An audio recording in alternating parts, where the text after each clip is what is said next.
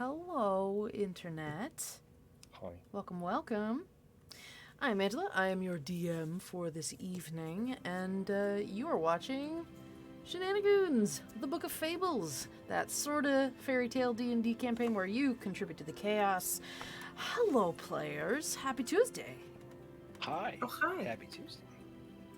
And I hope Hello. you all at home are having a nice time. We are delighted to bring you another chapter in our lovely game of Dungeons and Dragons, and yeah, lots of fun stuff today. Because today is July 6th, which means today is the first Tuesday of July that we're having show, which means a lot of fun stuff to talk about before we start. As some of you may know, we here at Nerdsmith, which is our network, you can find more about us at nerdsmith.org or at patreon.com/nerdsmith. We just finished wrapping up a Kickstarter. We successfully funded a Kickstarter, y'all. We funded Here Be Dragons, Loud and Proud, which is a collection of hard enamel pins that are dragon eggs in various pride colors. We are really, really proud of them. They're designed by our very own Nerdsmith community member, Autumn, aka La Salante Nariel on Twitter, which I've had plenty of time to practice saying that. And Jinx, one of our founding members of the community, helped design the pin itself. And we're so flippin' excited about it because we got fully funded past all of our stretch goals, which means those pins are going to be available in flat colors as well as glitter enamel options. So keep a lookout if you helped back the Kickstarter. First of all, thank you so much. We really, really appreciate you. And keep a lookout on your emails because we will be launching the backer kit very soon with information about how to order which colors, which colorways you would like. So yeah, please keep an eye out for those. They'll be coming out very, very soon. Also, please, everybody, let me know if the music level is okay. I know it's under my control right now, so it's a little funky. Let me know if it's a little too loud or not. I will change it if need be. But anyway, we're launching the surveys coming out very soon for our Dragon Egg Pride pins, where you can order whatever you want, including order extras if you changed your mind and decided you wanted more. You can donate to the Trevor Project via our backer kit, and also just tip our network for being cool. That's also an option if you want. But we do encourage you to please donate to Trevor Project and their life-saving services for LGBTQ plus youth in crisis. They do really, really important work. Other than that, being the first of the month, we are proud to talk about our new, we want to talk about something from Die Hard Dice. Die Hard Dice is one of our kick-ass sponsors, and every month we have something new to share with you all. This month, the code for getting 10% off your purchases with Die Hard is real easy. It's Nerdsmith. Hey! So you can use that code to get 10% off any purchases that you make on Die Hard Dice, but please take a look at the purple velvet square magnetic dice tray. Out of, completely not related. Let's move all my fidgets out of the way. So Die Hard Dice makes really gorgeous velvet dice trays. This is one of their snapping type, but they also have their newer models are magnetic, so they don't make lots of snappy noises, but they still go completely flat, so you can store them and travel with them really easily. And the purple, if you check the link out in the chat, is freaking gorgeous. It's a really pretty purple color. I have the blue one, so you get kind of a sense of what it looks like. But please check them out. We put the link in the chat, and if you use the code, you get 10% off that purchase. And you kind of rep the network a little bit. Let them know we sent you. It is delightful, and it's very helpful, especially when rolling your gigantic metal dice that make your table feel bad. which I'm very excited to roll. Probably not at all tonight. We'll see what happens.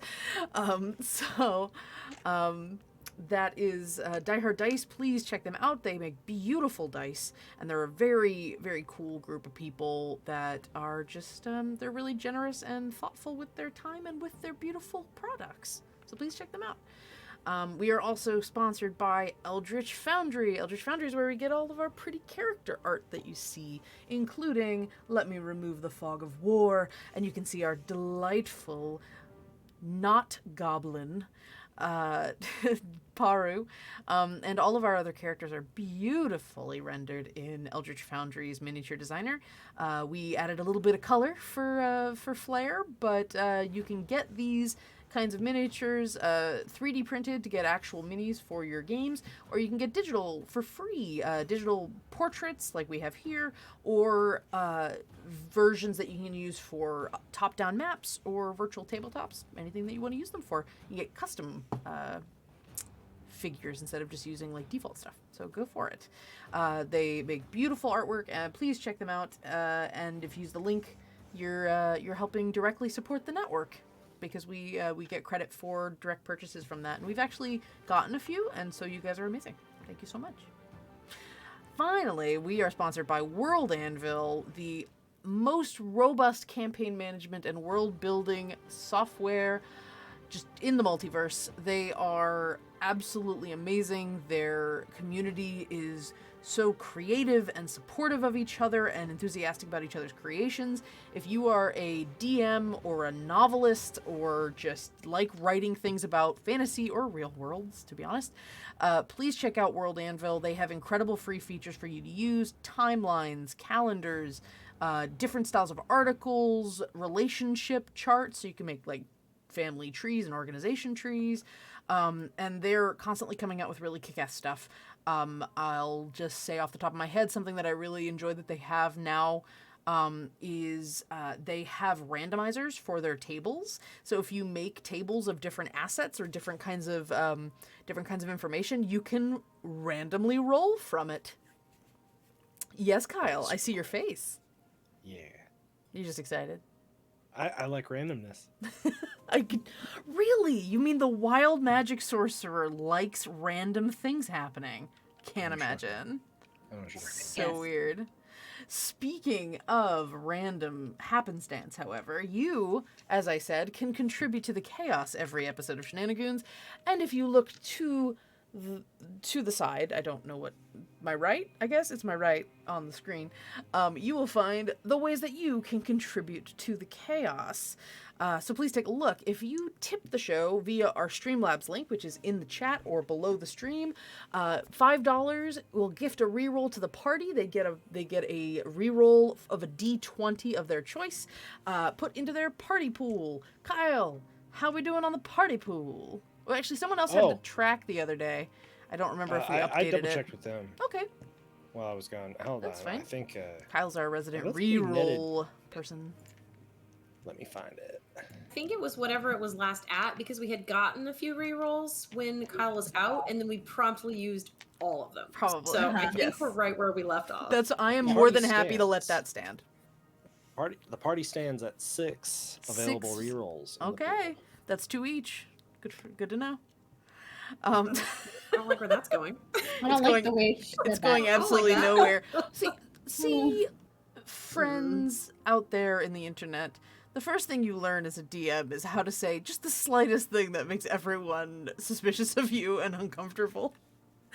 It's a superpower. So, $15 of a tip will spin the wheel of causality. You pick the person on the screen. Well, you pick the player or the NPC, I suppose. But the players are way more fun. You have us spin a wheel of random magic, of which there has been many updates, of which every single one of them was approved by the players, even if they don't remember. I have it on our Discord that I got a check mark from every person. That they were willing to do what was there. So you can make some craziness happen, whether in character or there's some meta stuff for the players to have to deal with. There's a lot of fun stuff in there. Last time, a plot device ended up being brought into game. Last week, Beza rolled on the Wheel of Causality and got How Do You Do, in which you were teleported or experienced a separate location where a higher being took notice of you, namely the Clockwork Authority. Or the Mechanist Authority, rather. Super excited about that. Yeah. Neither's my cat, apparently. Yeah, cats hate clocks. It's a known thing. Yeah. Mm. Anyway, so that's for $15. $25 allows you to create an NPC with me. Give me some info. Tell me about their name, the type of, like, describe them for me, what kind of creature or person they are, something fun about them, maybe, their pronouns, any of those things, and I will incorporate them into the session. Some of them have become quite pivotal to the story in the general. I mean, I'm more than happy to incorporate characters. I mean, give them to me and I'll run with them. And finally, at $50 tip for the show, you can activate DM Ex Machina, which means you choose the player you wish, and they get 1 minute of DM power. Their DM fiat stands. They will be having fun. Trust me. They'll figure out how to use it to their advantage. Everything short of, and then the game ended. That's about the limit I have. And our players are very good sports about it, so please consider tipping them. And we are very grateful for you helping us keep the lights on, keep paying our artists and our players, and we're very grateful for everybody who causes nonsense to happen in this game all the time. Including last week, the time platypus now exists. That is a thing. Yes. Thank you, Matthew, for the time platypus. We will never forget thee. Neither will it. It's seen some shit.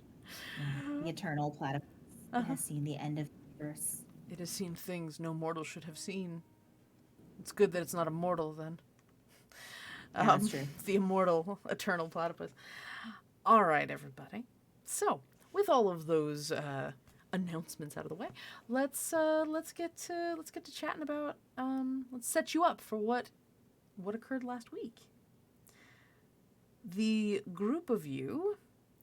It was a little heavy last week. The group of you escaped the dastardly clutches of the sleepy little town of Rose upon the River. You actually, you saved everybody in the town from a brainwashing experiment or a enchantment experiment that the Clockwork Mechanist Authority were acting on the town. The idea was to see if they could not just keep people in a place like they do with the very high walls of the chronograms. They wanted to see if they could convince people to stay of their own volition. Well, not really. The idea was maybe we could get people to think that they were staying of their own volition. It's easier than trying to keep a wall and a guard going if nobody thinks to leave. And you were all caught up in that effect after a bit of being here. But you were able to, well, by unfortunate coincidence, discovered this plot, this conspiracy, and you shut that shit down. You rescued another member of the town, Ileana, who had been locked up after being away from home for so very long and not affected by this almost a bubble, it was like a hex from WandaVision. Very specifically, Beza shut that shit down. Very specifically, Beza did, yes.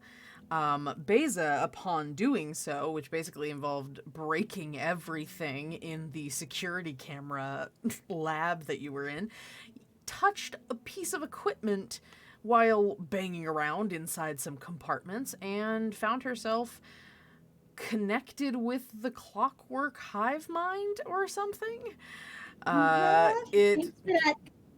Yes, thank you for that. That was Shadow Sylvia. Thank you for the for the causality that caused that.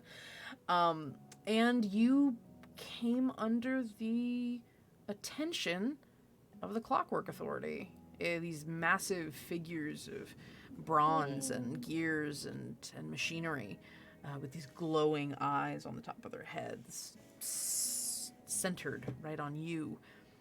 They called you a remainder in the equation, in the grand celestial plan. And not only that, but your friends are also unaccounted for in the grand equation. There's a sense of maybe the incident that started you all on this adventure being being sucked into the book of fables as children, maybe took you off the Mechanist Authority's radar. You were not in the grand scheme of things. You were taken out of the space-time continuum. You were in kind of a bubble. And because of that, they don't know what you're capable of doing. They don't know who you are as people. They don't have enough data to calculate for you. It's an advantage if you can figure out how to use it. But it also puts a target on you.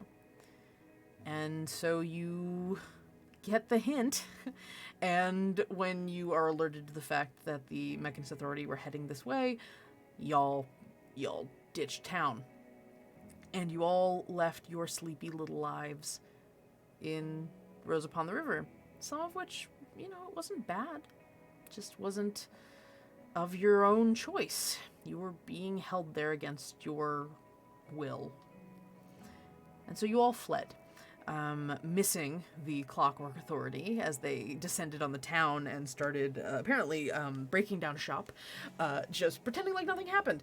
And according to your friend in town, Feline, that's what they did. They started breaking things down. They are not explaining themselves, and they're just sort of moving on business as usual. There is a concern, of course, that maybe this isn't the only town.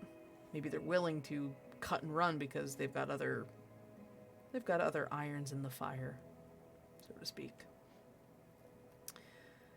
Anyway, as you escape, you start remembering things. You start getting back to your normal senses and sensibilities, and eventually you make camp and realize you have some places you can go.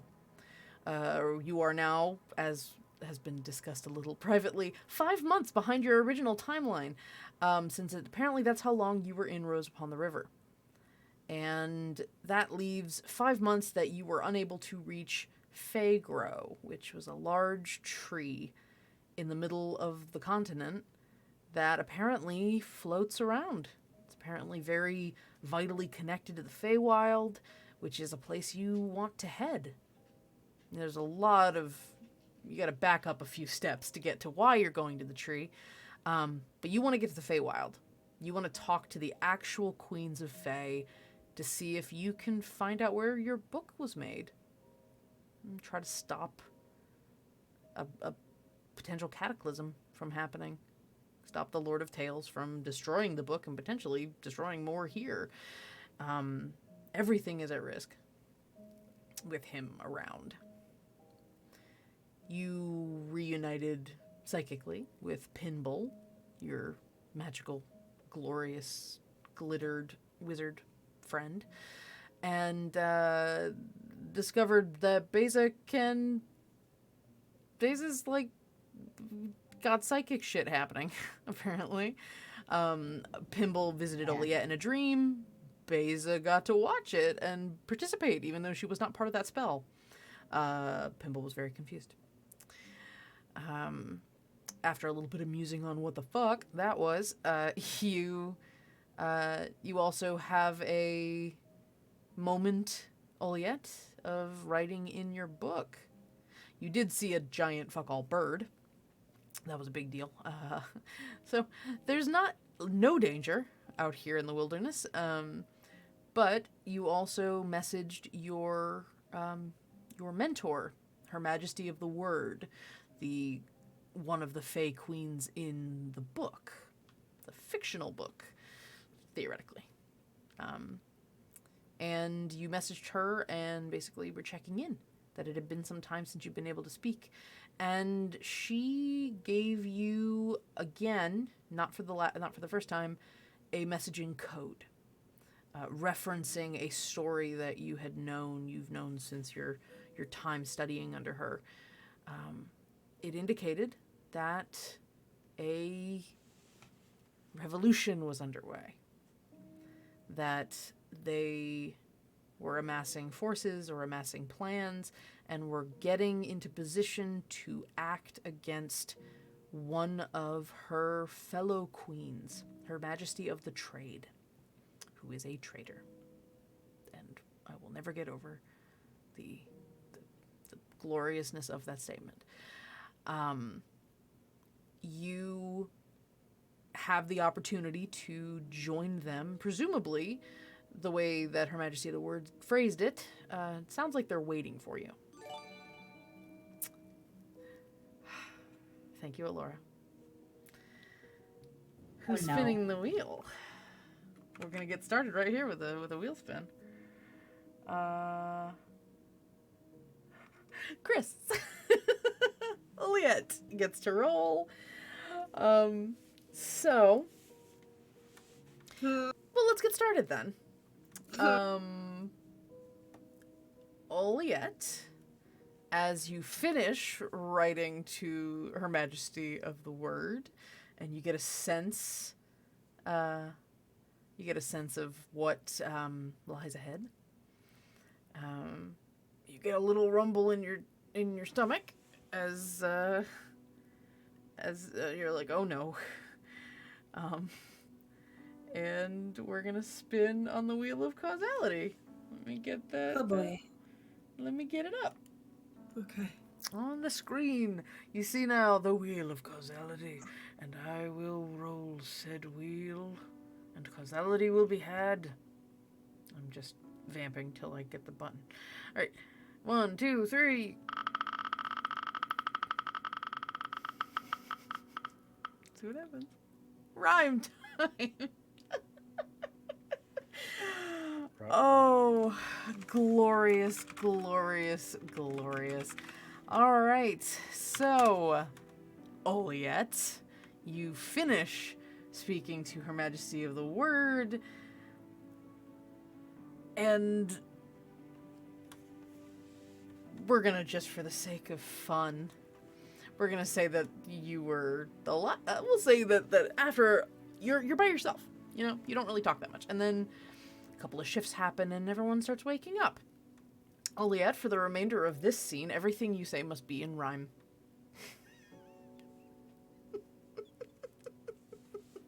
Wonderful. So, as was stated before the session, you guys have a lot to talk about. Oh my god.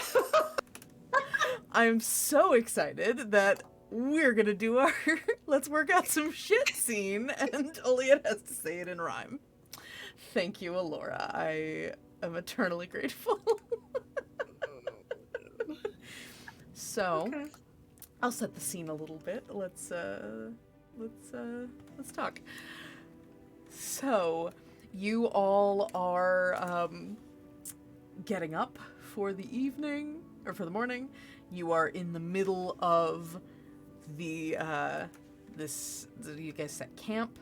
Say maybe you found a cave or something. I don't remember quite where you left off, but we're in a cave.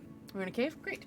You guys have some leftovers food. I mean, Toshi, the little tabaxi, was happy to grab as much as he could carry. He was told to do that sometimes, and he has taken it to heart that is what you do when you get out of Dodge, and has loaded up on food. Verlaine made sure, basically, you really get the sense that your changeling friend, Verlaine, has loaded the entirety of their kitchen into his hand of holding, and you hear clattering and the banging of pots and cast iron, and you see that Verlaine has basically busted out enough for a campfire meal, like a very comfortable meal. There's eggs. Couldn't have a chicken. No, that wouldn't have worked. But eggs. There's definitely eggs. And he has like, yeah, there's just a whole pantry. We'll just, make up whatever you want. He's got it in there. Maybe not all of the kitchen, but Olia, you have a sense like Pimble did tell you that like 500 pounds was the weight limit. You don't know how much Verlaine brought with him. Just watch, you guys have to leave, and he starts having to bust out. Like there's a couch he has to leave behind in the middle of the grass. He has to drop a motorcycle. He just has to leave all this shit behind him because he's running out of space. It's like, wait, is he just gonna eventually like pull a Princess Bubblegum and just start like shooting things out of his palm? Jelly beans.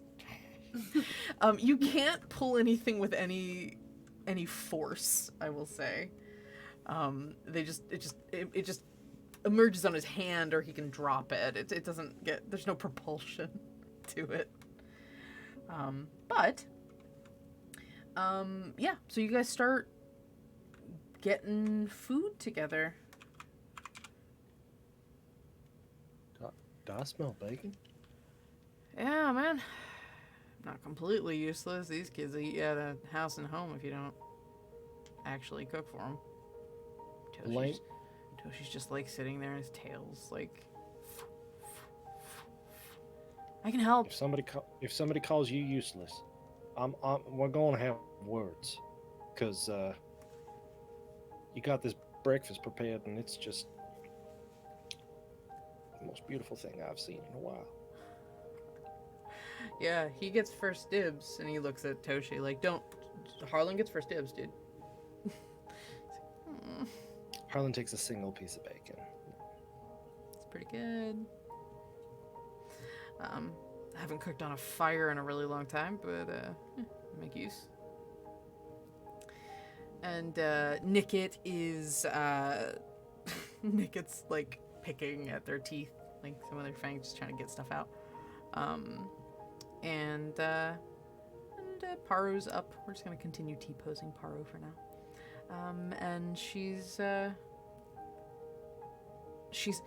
you see her like in the corner of the cave, and she's like planting some of her mushrooms.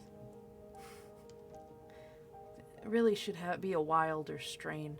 I'm thinking just leaving a few every so often, and eventually they'll, propagate. Leaving your mark on the world. I like it. Exactly. And That makes sense. Well, as long as it's not the way that we are tracked in the future, yeah. I mean, I promise I wouldn't do that. I wouldn't Jaeger Paru and then make her do that. just how little did they know. That's exactly what I was doing. Don't have to follow mushrooms. They've got a link into Beza's brain. Oh, Jesus. So, Verlaine puts some stuff on plates and kind of passes them out to anybody who wants them. Oliette, Verlaine comes up to you with an egg and strip of bacon, and there's some like fire toasted bread. We don't have a green smoothie, I'm sorry. Don't worry about it. That's okay. I don't really need to pack on the weight anyway. Okay. Sure. Mm-hmm. Okay. And he starts eating it himself. And he sits down with it, and you guys, there's just kind of a little bit of an awkward silence as you're all, a mix of waking up for the day and just thinking about what, let's be honest, Nickit chimes in. So what's next steps? Where do we go? What are we doing? Well, we still need to get to that giant floating tree thing, and we definitely need to avoid the Mechanist Authority. definitely need to do that. That'd be nice, yeah.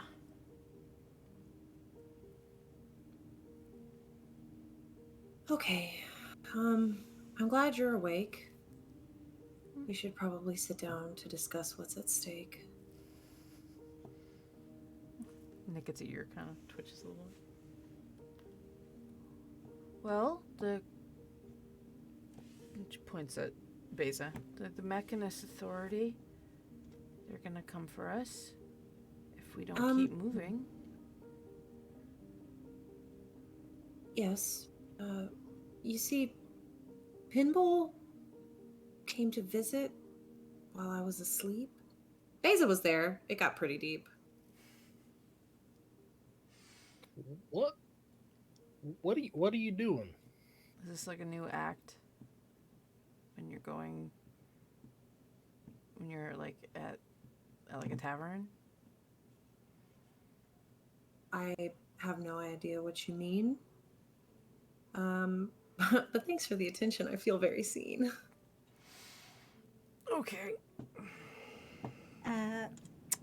Maybe she got hit with some magic. Maybe. You're rhyming. Yeah, you're like writing poems. I mean, I hear you, but I don't necessarily know that that's true. I would definitely know if I was doing that to you. Valaine's just kind of like, don't encourage this. Okay. Anyway, maybe we could pull out the map and take a look at it and figure out which direction we're gonna go. Yeah, sure. Why don't I do that right now? We have to figure out how we're gonna get towards Fagro, right, and avoid all of the chronograms, and follow a path that's potentially safe and has cover. Right.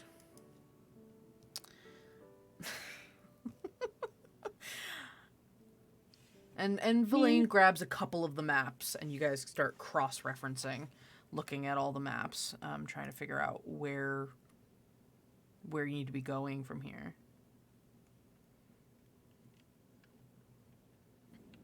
All right. So, for my 2 cents, 2 coppers, I think we should probably stay in the mountains along the river, at least for a little while, because chronograms 1 and 2 are real close together, and they're right there. So. That's 1 in 12. 1 in 12. All right. I'll pull up the actual one. I'll put it on the screen too. Oh yeah. I probably shouldn't put my hand on the map. I covered the 1. Anyway. Good cover. Good save. So 1 and 12. Those are pretty close together, so we don't want to go near there. But if we follow the mountains too far, we get to one of the other chronograms. Yeah. Well, I mean, we could always just follow, like you said, follow the mountains south and just cut inland a bit. So the last place the tree was seen was, right in the middle of the plains there. So that's where I'd look for something, is the last place something was seen. Agreed. I'm just trying to look, we gotta avoid them, especially now that I've seen them up close and personal. I don't want to see that again. Anyway, so I agree. If we go south and we keep following the river and the mountains, and then maybe when we get to where it splits, then we can start cutting across towards Akita and chronogram 11, because then we'll kind of skirt between 12 and 5, and if we stick close to the mountains for a little bit, we'll go wider around 12, just like scoop around. Avoid going right between them, because that sounds like a bad idea. Like 1 and 2 is so close, or 1 and 12 is so close together. Yeah, you never know. It's a lot of criteria, Beza. It's a big ask. But if we decide to go this way, we could secure the mountain pass. Crossing the river would certainly be a bit wetter, but if we got high enough, we could see a bit better. You know, at least she's Okay, making this is just- sense, but... I mean, I agree with everything you said, even if in rhyme. A rhyme does not preclude correct. This is clearly not the weirdest thing that's ever happened to us. That's true. That's very, very, very true. You know, not that... You know, that didn't happen... This didn't happen much back in Rose Upon the River. Probably had something to do with the mechanical thing that was controlling everybody's brains. Personally, I would much rather have occasional crazy magic shit and not have someone controlling my brain. I'm not sure that's exactly what was happening, but yeah, close enough. I agree. It was pretty, but it was a bit sus. All things considered, I'd rather be us.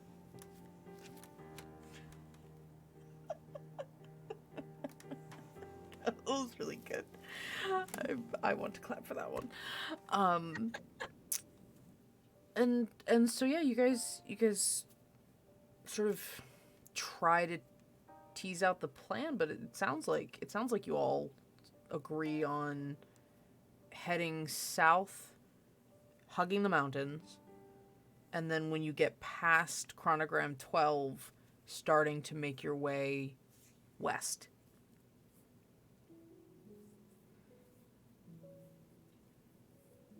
Okay. Yeah, it occurs to me too. I don't really have to worry about this, but for those of you who actually need water, following along the river is probably a good plan because we'll have a source of fresh water the whole way. That's fair. Could always keep a bucket or two in a spare. Lillian started cleaning up cast iron.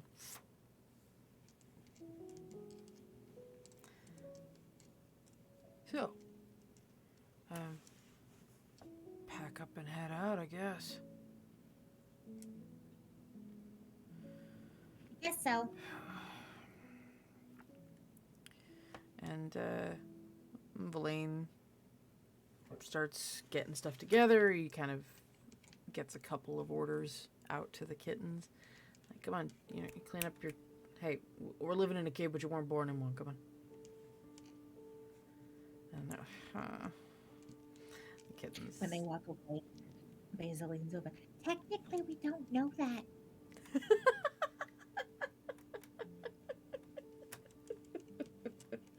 That's actually true. We shouldn't assume. Although by now they should know how to clean up a room. I'm so fucking impressed right now. Anyway, It's true. I have to agree with what she said. But I mean, yeah, I guess they're our kids. They're our kids. We're all raising them, but technically we don't know that.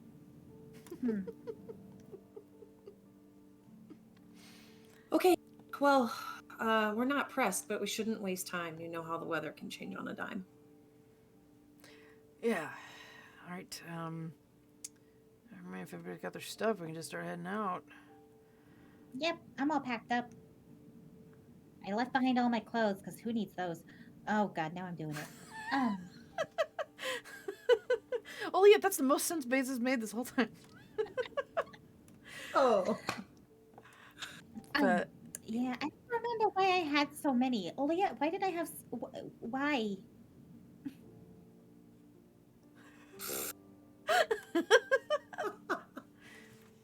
what rhymes with fashion? Does anything rhyme with cottagecore? Passion.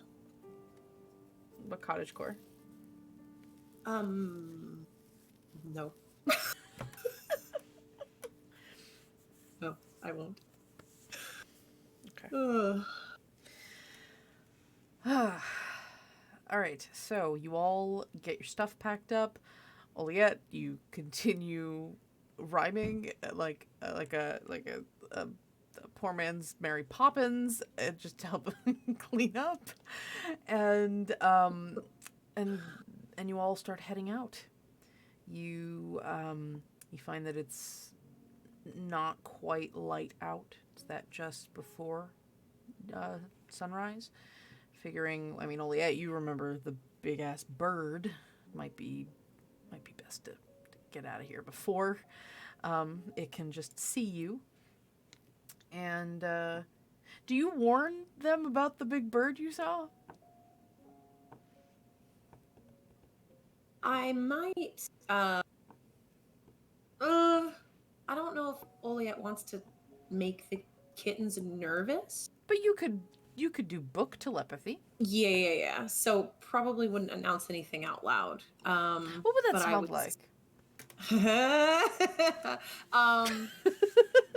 I think I would wait until kind of we're all within range, and then I would Sure. say, You're welcome. yeah. Just as a heads up, there's a predator that can fly. I would be cautious. Keep your eyes to the sky. Fuck. You don't mean like a big dragon or something, do you? It looked like a bird. Like a Okay. big bird. Not like Big Bird. It looked like a big bird. It's like that's more horrifying. But Well, not least of which because he's flightless, as far as we know, really. I don't think a dragon. I think more avian. It was really hard to tell with the cave we were in. Nice. Very nice. Okay, so just stick to the mountains then, I guess. And And keep an eye out for caves and things we can hide in if we need to.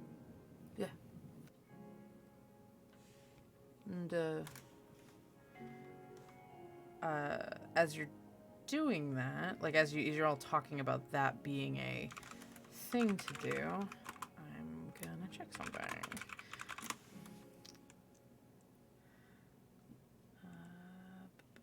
Yeah, so as you warn about there being something above, you see Villain sort of put their hand against one of the rocks on the mountain. It's covered in moss and stuff. And as they run their hand across, you watch as you see, for the first time in a while, shifting along their skin, and they take on almost this like mossy sort of texture. It looks like Villain still, but blends in a bit better with the mountain. And he hands Toshi his hooded like cloak, because Toshi doesn't have his twins like sneakiness. So I was like, here, just put this on. And he actually first he tosses it into the dirt or like the dust a little bit on the rocks, kind of like rubs it up, and then puts it on him. So it's got a bit more. You guys are in pretty good condition, all things considered. In your clothes and everything, you've had a very relaxed, very safe life in Rose Upon the River. So you don't have any like mucked up clothes except for maybe Harland, to be honest. So yeah, Villain hands Toshi his cloak. It's really long on him. Nickett has to like help him pin it, and Villain's got a bit more camouflage. Kind of keeps his. You can do that. That's pretty rad. The green really suits you. You don't look half bad. Thank you. This is life now, isn't it? It's just gonna happen forever. It'll probably wear off eventually. Most of the stuff does. Oh, that's true. Thank you. That's a good idea, by the way. She points at the cloak that he just did for Toshi. So yeah, you probably want to. She pulls out her Rose Upon the River cloak. It's probably like the one piece of clothing she took with her. It was pretty. Yeah. Oh no. And because it's a cloak, so it doesn't feel like real clothes. Right. I don't know that she would have had a normal cloak otherwise. Sure. But yeah, Villain's like, yeah, you want to break up your silhouette a little bit. Yeah, I'm very white. Yeah, you're gonna stick out. We're not in the mountain proper. really. She'll get it dirty and have Villain help her a little to blend in more. Yeah, sure. You want to like, And you don't want like all covered. handprints all over it, but you just need to smear it. He just helps get some dust. You need any help, Sunshine, with that? I don't know if you care. You,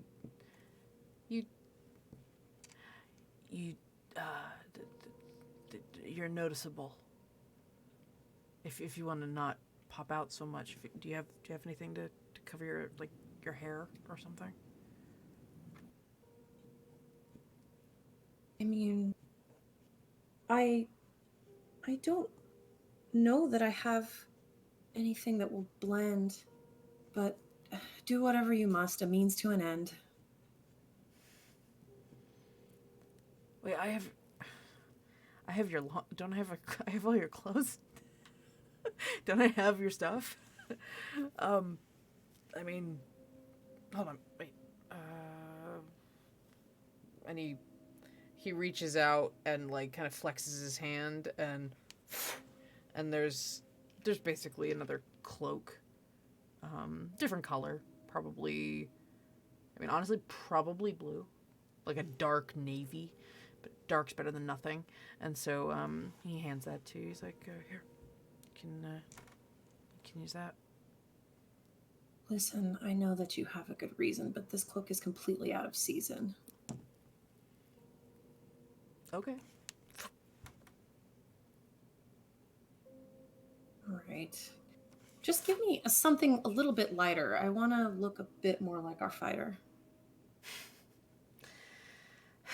Okay, I'm not a closet.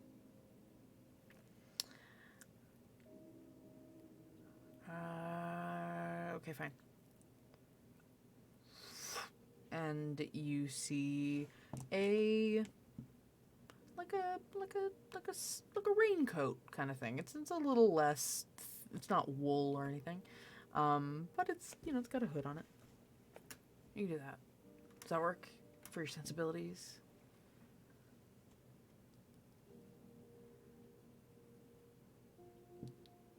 No rhyme. No, I don't even get a haiku of indifference from you.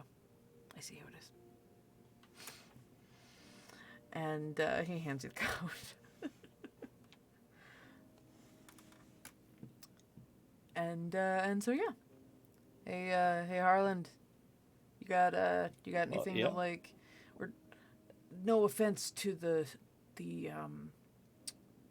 those of a particular hue in our group, but you'd seen that Villain had brushed up against some of the mossy rocks on the side of the mountain, and his skin has gone an almost camouflaged mossy green color now.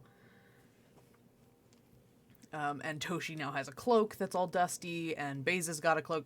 Olia indicated that there was a bird, like a big predatory bird up in the sky when she was on watch.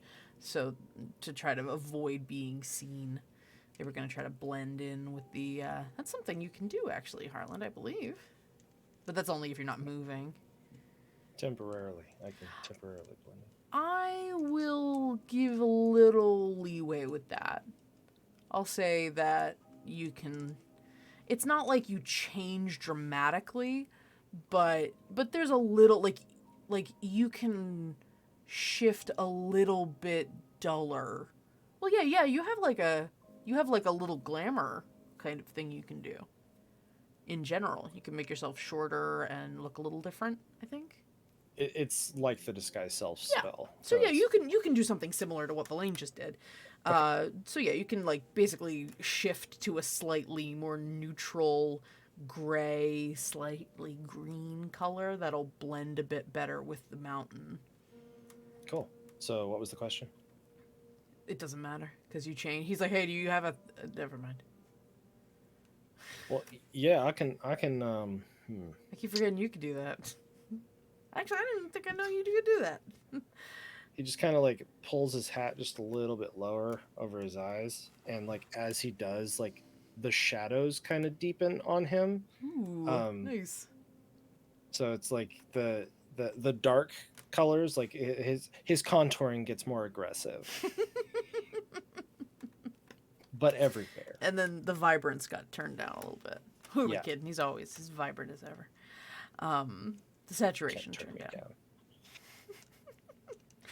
All right. So you all, with a little bit of camo, start making your way down the river. Let's see how many days go by without incident.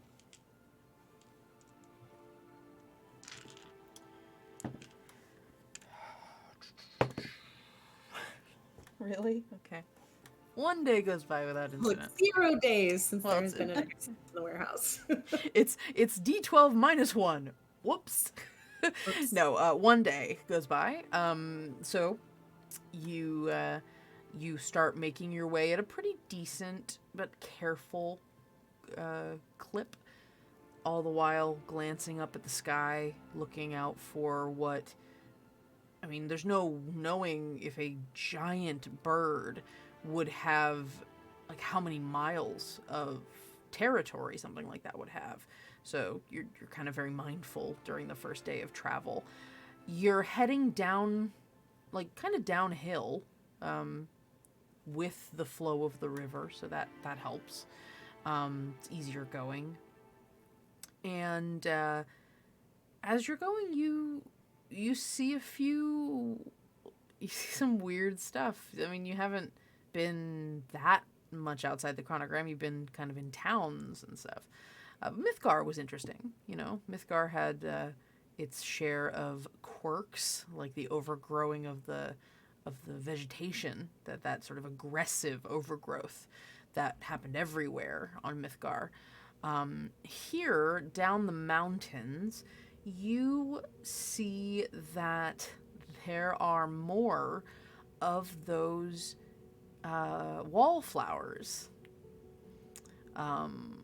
These flowers growing into the rocks, and as you pass by them, they kind of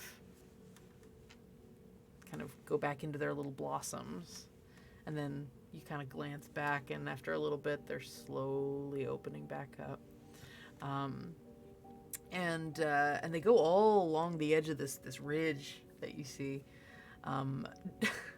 Toshi is having fun with them, like kind of like sneaking up on them, like seeing if he can sneak up on them. Doesn't work. Or like trying to leap back when they start, like if he sees them start to kind of reopen, he tries to like jump them. He tries to jump scare some flowers. This is how he's biding his time. So what priorities do you all have as you're trying to move this way? You're trying not to be noticed, so presumably you're trying to see potential dangers before they see you. Is there anything else you want to focus on to make your traveling as safe as possible?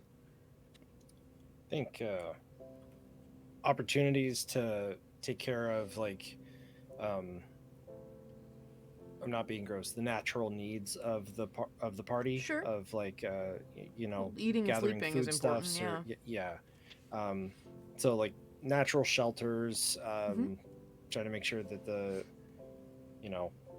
not everybody is of a similar dexterity to each other, so making sure that we're finding a safe enough path. Yeah. Okay. Go ahead and Not everybody. exactly in a rush. Yeah. Everybody, give me a let's say a general a dexterity check as you start climbing into slightly more.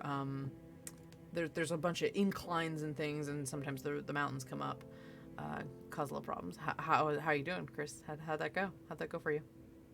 Not well. Not very well. Well, Was a stakes 4. aren't super high right now, so might not need that reroll. But anybody else? We'll roll with it. Got an 8. Okay. Dexterity, I got a 17. 17, not bad. And we'll do a little bit for the rest of the group. Okay. While you're traveling, yeah, someone got a 1. Nicket is balancing on, like, basically hopping up around maybe about 10 feet above you on the ridge, like hopping between rocks and just practicing. You can kind of tell that they're trying to balance, trying to like pretend like they're jumping around on roofs. They're playing at Assassin's Creed basically. And there is it had rained a little bit earlier in this area, and so there's a little bit of a slick on the rocks, and you all are kind of a little bit behind Nicket, because Nicket's trying to like outpace everybody, so, like showing off a little bit, and you just see she just eats it. and there's a little, like, there is like a mix of oof and a little bit of chuckling amongst the group as Nicket worked really hard to show off there and really just became one with the mountain, let's say. And when Toshi goes up to, like, you hear Villain yell at Toshi when Toshi goes up to his sibling and then just pokes at her with a stick. You okay? This don't hurt. It hurts. Stop it. Poke. You just hear Villain go, oi, hey, cut it out. She's fine. Yeah, probably before you stuck her with a stick. And Villain goes up and checks on her, and Nicket had twisted her ankle a long time ago, when you all were traveling before, and anybody who's messed up an ankle before knows that once you do it, it's prone to having happen again. And that's what happened. Nicket twisted their ankle, and Villain just gives a little bit of a sigh, kind of scuttles down a couple of the rocks and just kind of crouches and waits, and Nicket's it's almost an identical sigh. Nicket climbs onto Villain's back, and Villain starts giving Nicket a ride down the mountain. So they're Harlan, maybe at some point you see Villain, or you hear Villain in everybody's heads. Harlan, if you have a free, I don't know, spinal column to spare, if you could take her for a little bit. Yeah, as a matter of fact, it was one of the things that we grabbed on our way out of the village where we were held captive for several months. Thank you. That I just happened to have another set of. I can take them if you want. Thank you. That's what I was. Yeah, never mind. Thank you. Do you still have some of that tape? Which one? I have tape. The stickiest one. Villain laughs out loud. I think it's like, what? Nothing. Just nothing. Well, I was just thinking, we got the occasional vine and the occasional stick. We might be able to, jerry rig a little bit of a brace or something. Yeah, that's on fair. the ankle. Oh yeah, we could tape it up. And Villain looks at the pulls out some of the tape, and you guys set something up. Harlan be assisting using like survival skill. He's not medically inclined, so he wouldn't necessarily know to not put pressure on certain things. Just this is how you construct the frame of the thing. Yeah, no, absolutely.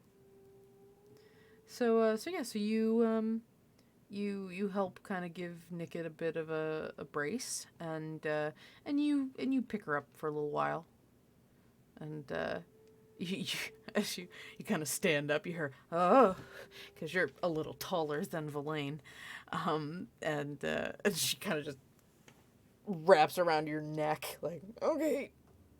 Now you have one responsibility while you're up there. Sorry. You need to pay attention to the weather. Sometimes it gets a little stormy so far north, above where the rest of us are. So just Calling me make sure short? No, I'm saying that I'm tall. I'm not saying that you're.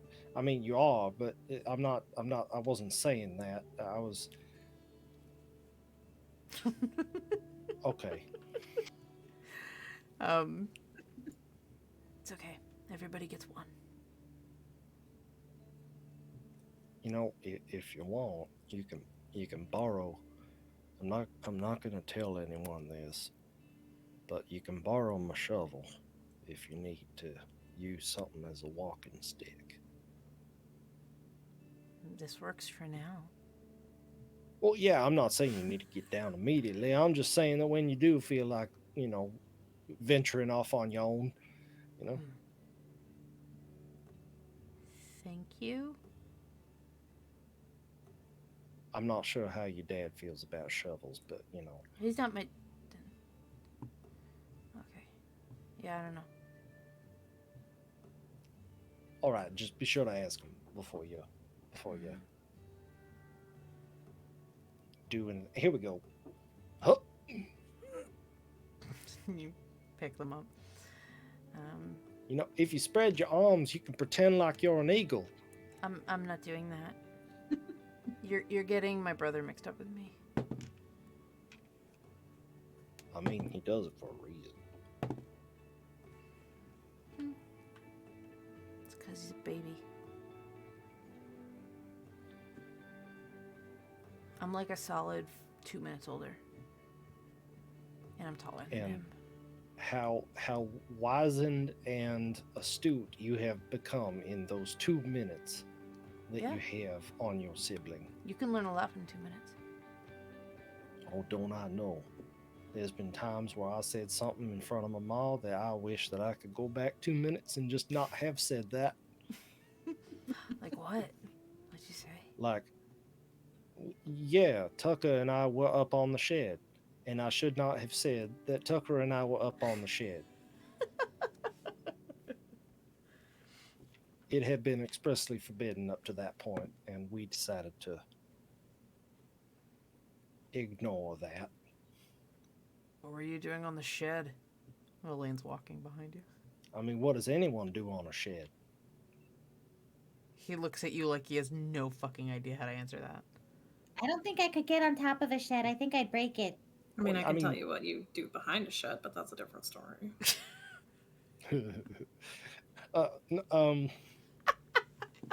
You jump off into haystacks is what you do. I'm gonna say no to that, given... He kind of points at Nicket's ankle. And, yeah, so you keep walking, and you help out, and so that significantly keeps you from slowing down. Another 3 days pass with relatively little incident. Everybody go ahead and give me a perception check. Oh, I forgot to... Am I still rhyming? No, you're done. You're done. At this point, the scene is done. You're fine. Okay. When you stop rhyming, everybody like kind of pauses, like they're waiting for you to finish with something rhyming, and you're like, "What?" What are you looking at? And they're just like, "Oh, thank God." Okay. They had gotten used to it. It was really disorienting when you stopped. Listen, I had a couple of good ones. So You did. You had a bunch of really good ones, actually. 12. 12. Okay. Anyone better than 12? Sorry, for which check? Perception. 14 for me. 14? Okay, cool. And what did Basic get? It took a very long time to roll. Oh, gotcha. 19. 19, okay. So, Beza, you are very comfortable in the wilderness. You always have your head on a swivel when you're out and about, especially given the dangers that have apparently been around, and you're concerned about the Mechanist Authority finding you. You let's see, about 4 days have passed. You see in the distance, as you're hugging the mountain, you see a very far off, like a building. Well, you think it's a building at first. Then you realize how far it goes across. And you see a wall way in the distance. Easily a day's walk. Using the mental link. Is it to our east or west? It is. You're heading down. It is to the west of you. The mountains are on your. Or you're heading downward, so the mountains are on your left, and to the right in the distance you see a. Let's be honest, a very, very familiar shaped wall. I'm pretty sure that's one of the chronograms to our right. Check the map. Too far south to be the first one. It's got to be 12. Probably. We left at night, the first night. So Yeah. Maybe we passed one, didn't even realize it. Yeah, I mean, we can take note of it, you know. Just maybe pencil something in on the map, and then Sure. just if we start feeling fuzzy in the headspace, then we know that we're, you know, within range. Yeah, you're well further than you were when the chronogram 2 like whammy started fading for you. So I mean, I think we're all right. It looks like it's like a day away. So, but I can just barely see it out there. So I thought I should probably give you guys a heads up that we're passing it. Yeah, noted. you also hear after a moment or two, and it's nice and quiet here. Only like the occasional cawing of a bird or the breeze and the crackling of stuff between your under your feet, the river kind of flowing. You do hear very, very faintly, Beza, the that. Thank you, Raiders. That was perfect timing. You hear a that is something you would recognize as the sound of one of the trains going between the chronograms. Again, in the distance. So yeah, you're within eye shot of it.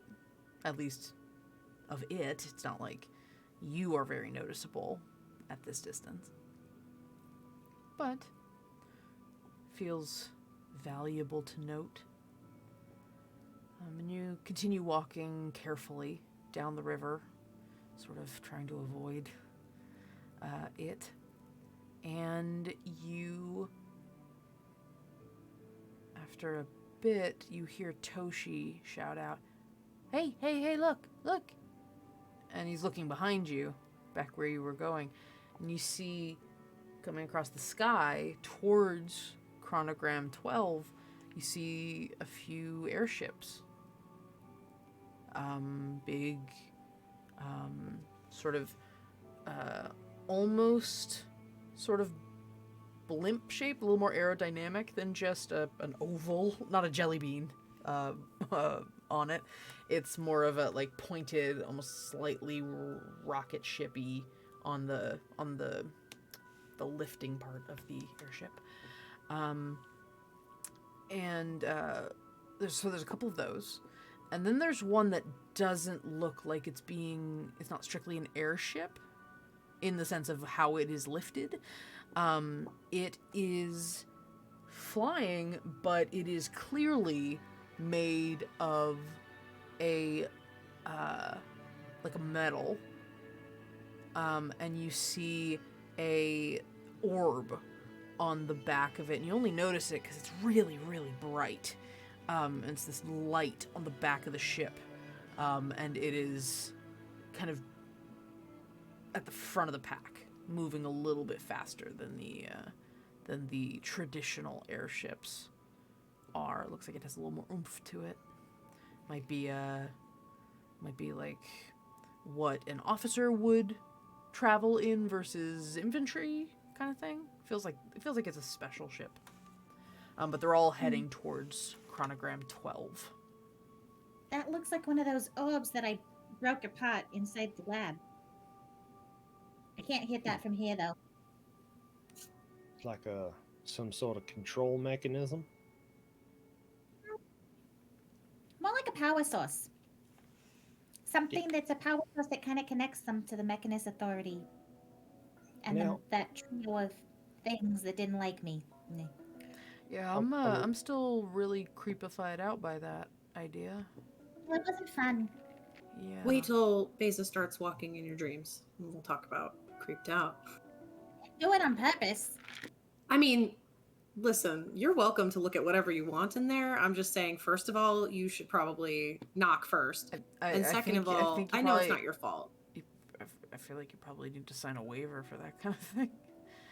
I mean, I guess, if you don't want to have a good time. That being said,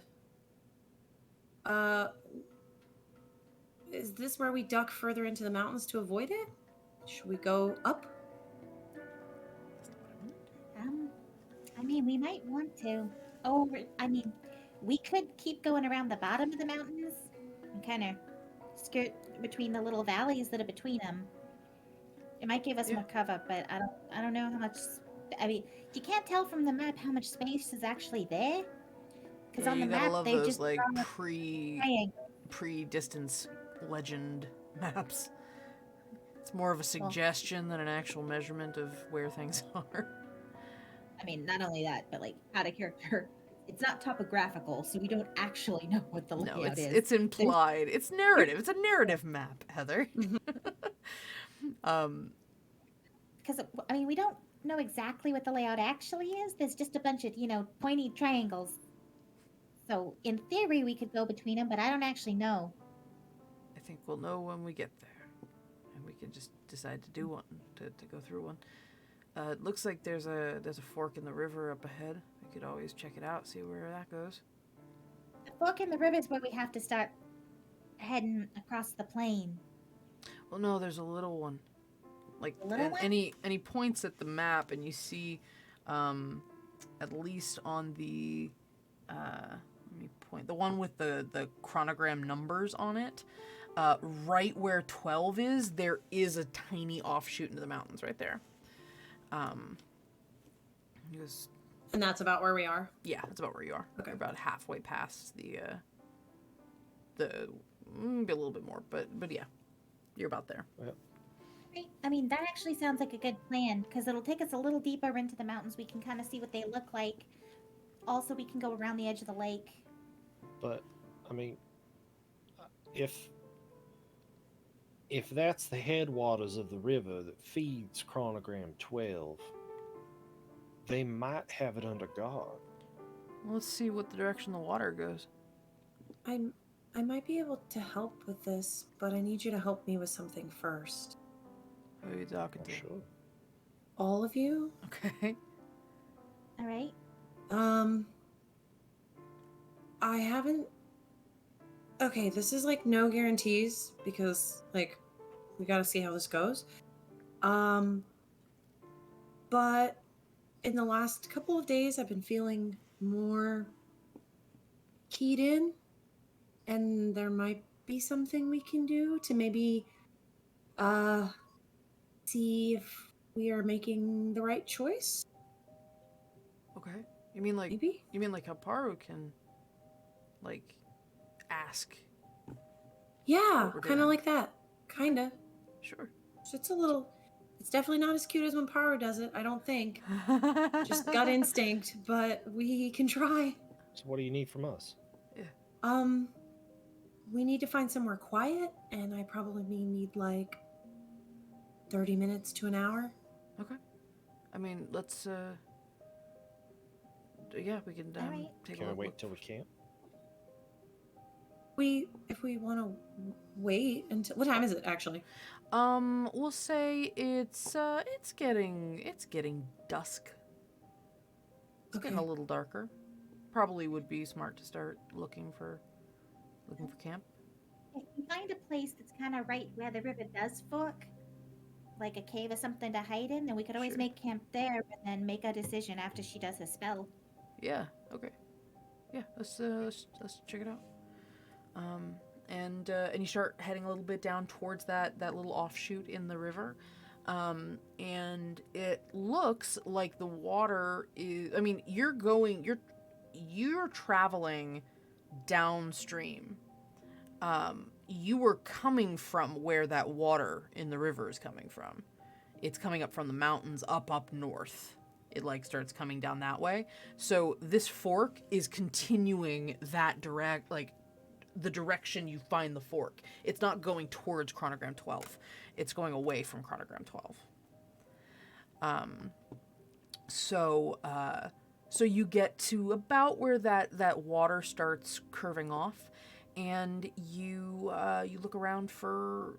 You don't find a cave, but you do find a little bit of an outcropping of rocks, enough that there is a bit of a kind of basically a little curve that you can like camp out in.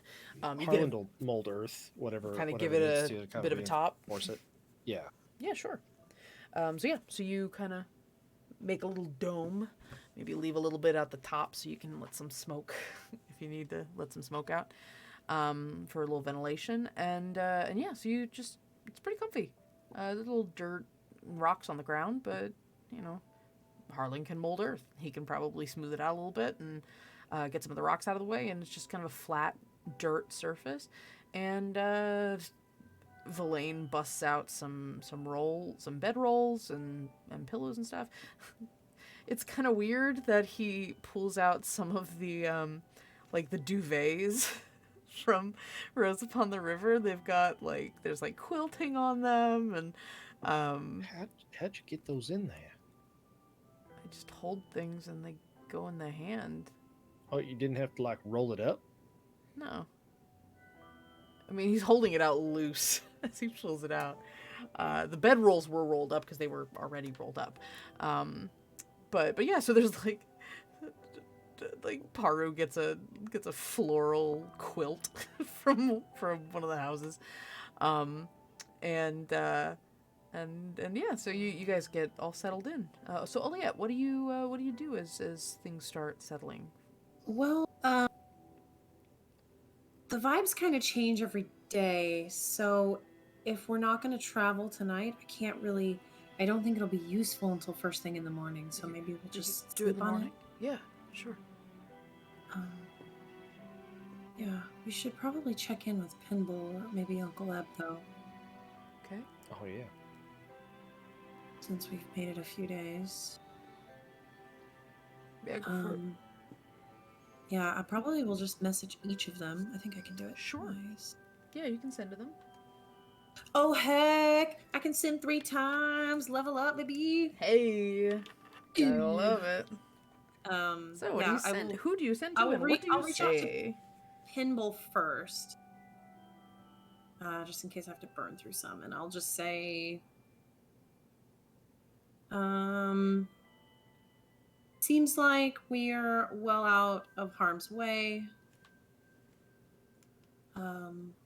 Just checking in to make sure. I'm not doing it on purpose. To make sure everything's okay. Someone help! I can't stop. Delightful.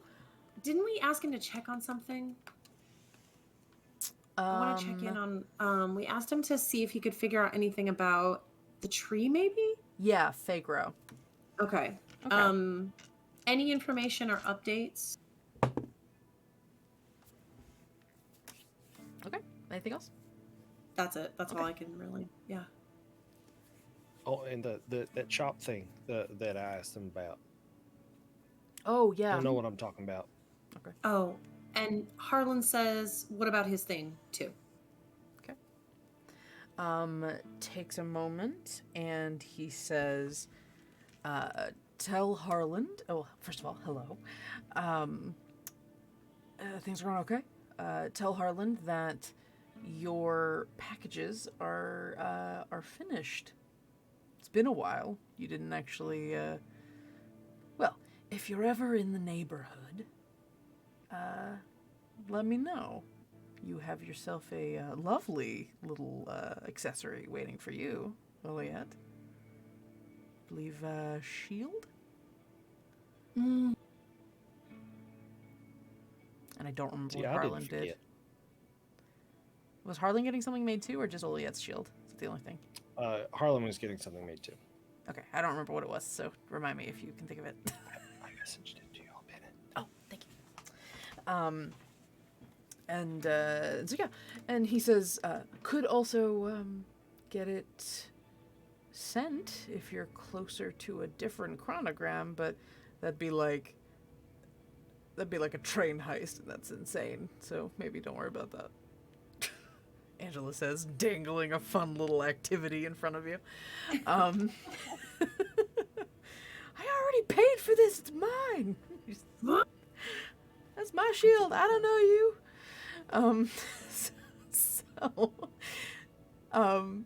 And then he says, with his natural 20, also, I do have some news about the tree. I'll send in a second. Hold on. As he runs out of words. And you get a message in a moment, and he goes, okay, so. He's about to say, fuck, I wasted words, and he doesn't. He keeps that to himself, and he says, there was a sighting of the tree. Outside chronogram 11.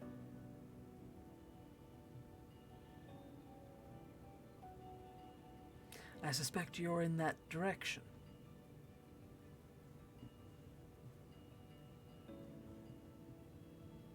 So, chronogram 11 used to be, it's a port city, or it's near the ocean, I think, probably. That map you had, it puts it near.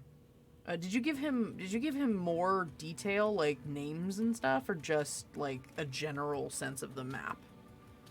Well, when you drew a map for him. Yeah, I would have, to the best of my ability, put as much information on the map, but I was also dreaming, so I don't know exactly how much information I had access to. But give me an intelligence check. Oh, it was on a 20 and then it bounced to an 8. You bitch. How about 10. How about you get a little bit of luck out of that? Oh, I get luck? So Harlan will, because it's kind of meta, but that's fine. Harlan has the capability now to bend luck. Hey. So you were sleeping next to Harlan at the time. I'll give you credit. I'll take it. I'll let it. I'll luck allow by it. osmosis. Yeah. Oh, that's way better. That's a dirty 20. All right. So yeah, you. Oh no, 21 plus 2. 21. Sweet. Absolutely. You once you remembered, like it goes in numeric order. You knew 4 was on the island. You knew 1 was at the top. You knew 12 was right underneath. So you were able to kind of piece together about where it was. It's almost shaped like a weird geometric Texas. So it's like. It's like a shape you could kind of remember a bit. It's like a constellation. And he goes, it used to be a place called Lakita. But yeah, just outside of there, to the northeast. They said they saw the tree about, well, the first sighting of the tree in a while. About maybe a couple days ago that they got a sighting. That's helpful information. Obviously, they're not really allowing anybody to take a look outside. But, you grease the right palms. You get a little bit of info from the,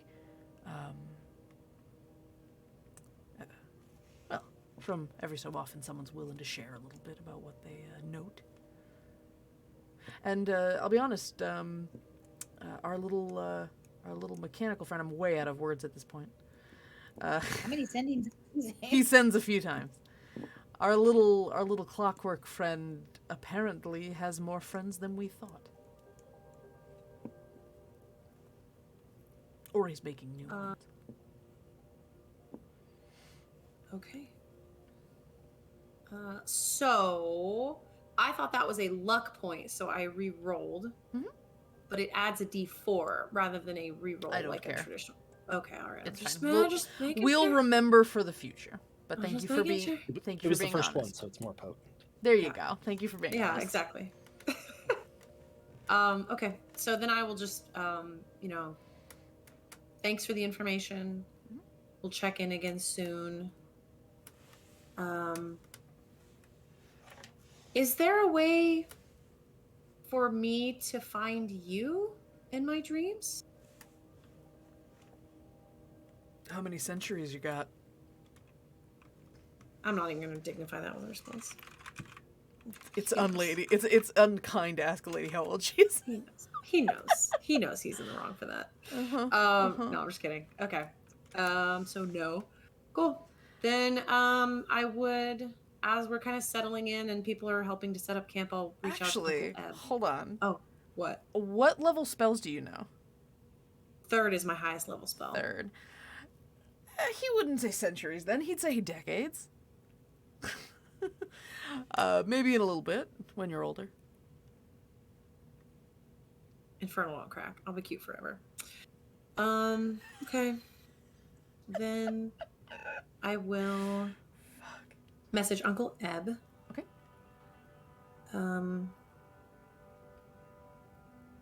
And I will just say I haven't told him about Arcor yet. Mm-mm. That might be a longer conversation. Yeah, I need to learn that dream walking thing. Yeah, it's a 5th level bard available spell. So It's on the radar. Keep It's on the keep radar. note. Okay. Cool. I'll just reach out to Uncle Eb and just probably an infernal. I haven't spoken to Eb since we got out, huh? I don't think so. Because we talked to Pinball that first night and that was it. Okay. I will reach out then. We can like massage that a little bit and say you've messaged him since, but it's up to you. You could say it's been like 4 days, maybe. That's up to you. Okay. If you think she would have messaged him by now, we can just say this is not the first time you're talking to him. Or if you want pain, we can just say that it is the first time. It's first of all, I always want that. But don't threaten in me with a truth, good time. I know. In truth, I don't know if she would have. I think she would have waited until things were a bit more settled. Especially because I think Uncle Eb can pick up on subtext and read between the lines with her pretty well. So if she was not doing well, he would probably pick up on that. But things are more settled now, so this is a good time, I think. Sure. Anyway, so yeah, I will reach out. Probably step away from the group a little bit, even though none of them can speak Infernal, but yeah, just in case. Hello, Uncle. I'm well, first. Second, we are traveling again. It's been precarious, but all is well. And I will reach out again soon. Love you. And that's it. It takes a little bit to get a message back. And in Infernal, your uncle says, "Well, it's good to hear your voice. And things are well.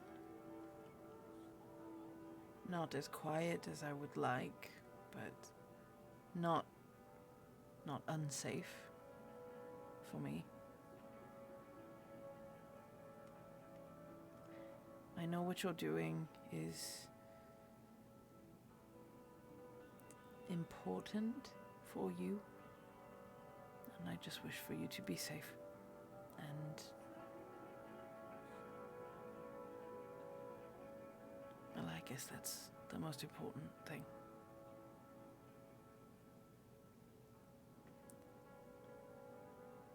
Love you very much. Okay.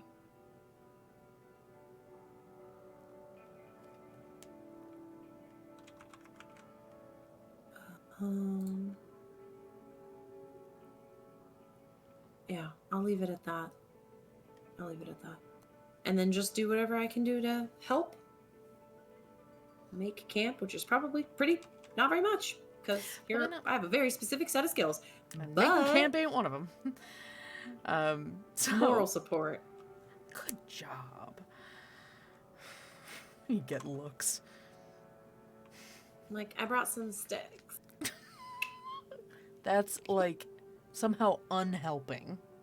You're still making it worse. Stop. Amazing. Okay, so you you make camp, and you are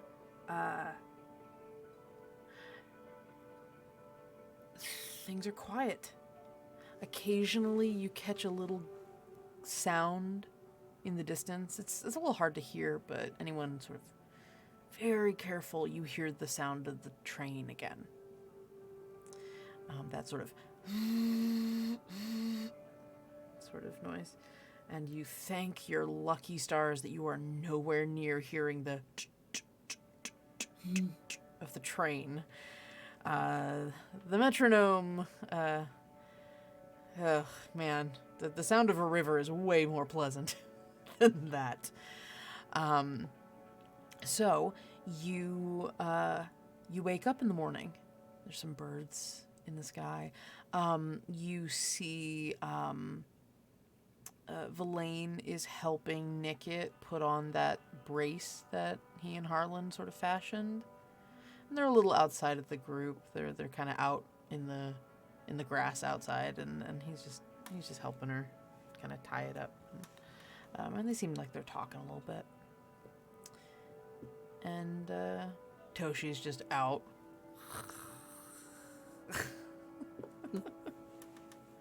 Has a biscuit in his hand. You don't know where he puts it. Like, well, first of all, where he hides it. Second of all, where he puts it after he eats it. Because he's still this scrawny little, like, he's like 4 foot nothing. Little tabaxi. And you all wake up, get ready for the day. And it is a bright and shining new day, Oliette. Would you like to try your thing again? Yes. So, I imagine probably let Paru rest and keep an eye on Toshi, since I don't really know how this is gonna go, and I need 3 of us. Later on, I think it will take more effort, but right now, I think just the 2 of you might be enough energy. Listen, I'm pulling this out of my ass, so we're just gonna go and see how it rolls. But I want to move away from the camp a little bit, and oh, hold on. Do I have? Okay, I got a couple of things. I will pull out my book. I'll pull out the book. Okay. The lamp that I carry, that I forget that I have. Mm-hmm. And then I will pull out the